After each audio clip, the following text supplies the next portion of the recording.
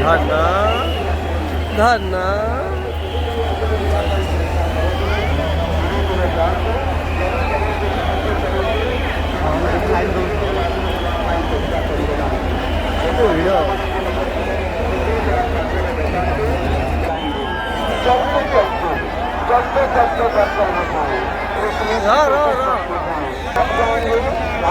कुछ लाखों बच्चों में जा रहे हैं। बच्चे का भीड़ अगर आपका साथ धक्का लगे तो आपको अगर सकते